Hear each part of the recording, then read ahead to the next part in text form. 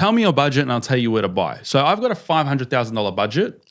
Let's just say I have $120,000 in my savings. This is my first investment property that I'm looking to purchase. Yeah. I've got $15,000 that I can spend cash outlay throughout the year.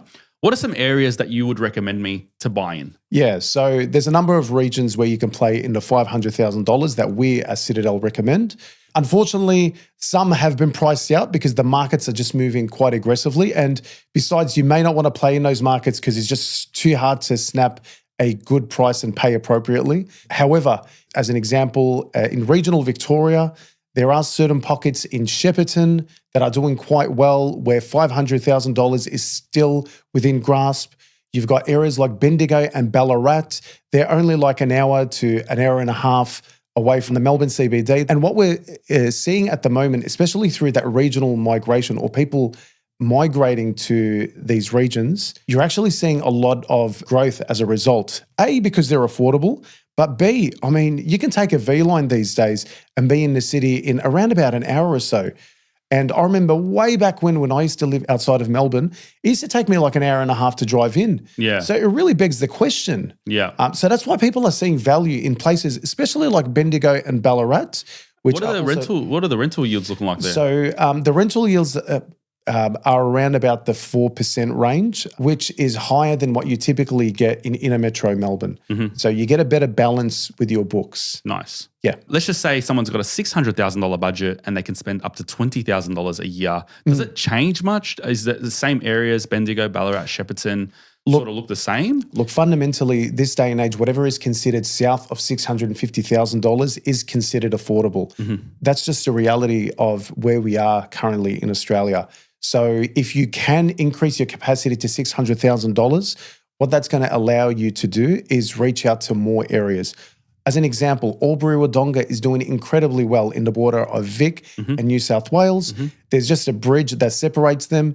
There is a lot of economic activity happening there and a lot of promise of infrastructure development coming there. You do have some pockets that you need to be mindful of in terms of commission components, etc. However, there is still some very good buying at the $600,000 range. That allows you to pick up something 3-bedroom, 1-bathroom on a decent size block. Mate, anyone would want that. And the rental yields in Albury or Wodonga do sit around the 4 to 5% mark. They can climb. We used to enjoy 6% rental yield there. That's just becoming less and less achievable, I'm afraid, as price growth happens in these areas. It's just the nature of the beast. Yeah, the rent isn't catching up to the capital growth, and that's where we see the lag. So Far North Queensland has went from strength to strength. Over the last couple of years, really, we've actually been seeing double-digit growth in those areas. Areas like Rockhampton, Townsville, Mackay, Cairns have done incredibly well, despite having all of those flood and cyclone risks. And that's because people just can't afford living in Brisbane or in the Gold Coast anymore. The dream of having an Australian home to call their own is becoming less and less of a reality. So people are actually exploring going to Far North Queensland. There is job prospects. There is a lot of economic activity happening there. You've got a military garrison, universities, specifically in Rockhampton as well as Townsville. There's also a lot of people from capital cities, whether that's Melbourne or Sydney, migrating over to Far North Queensland. Correct. Not only for the weather, but because house prices are more affordable, there is a more relaxed style of living, which is the rural living style now, which is your bigger homes, bigger backyards. Absolutely.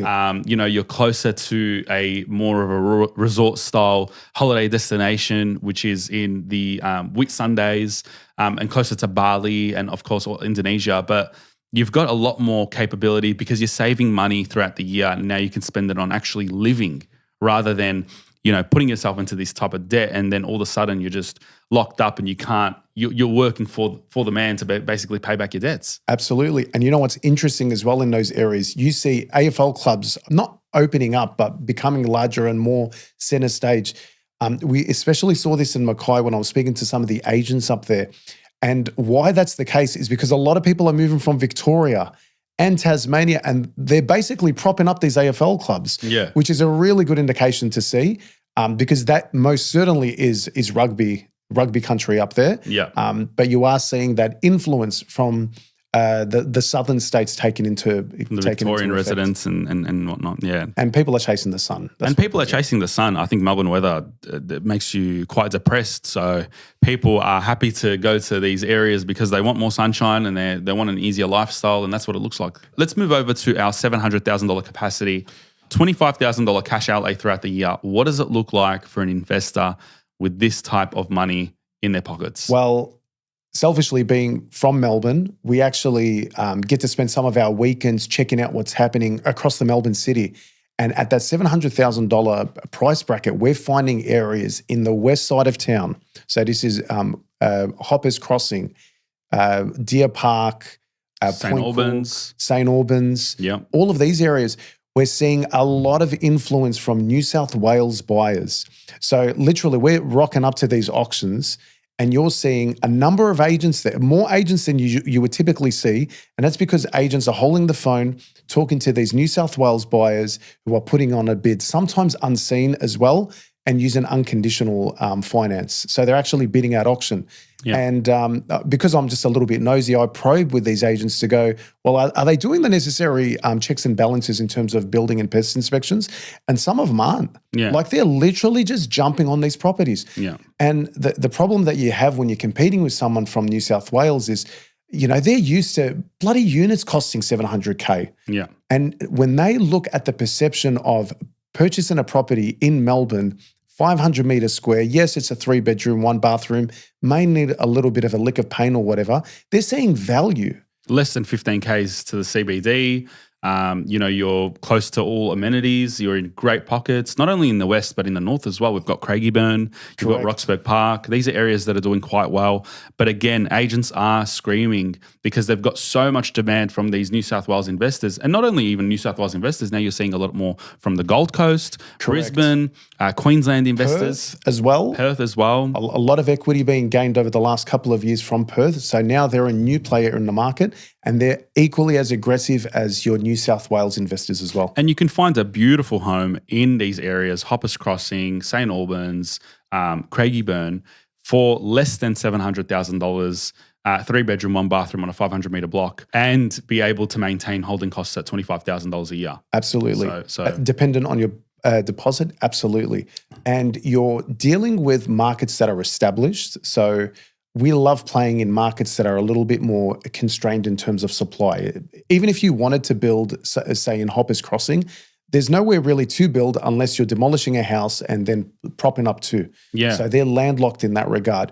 When you start going a little bit more west out to Werribee, where there is more land opening, that's where you run through some of the risks that we know of, which is incoming supply, because people can obviously build out properties and that can typically flood the market. If you go even further west to Mentone, you see that across a diameter you can build, so around the suburb, which puts risk as a result.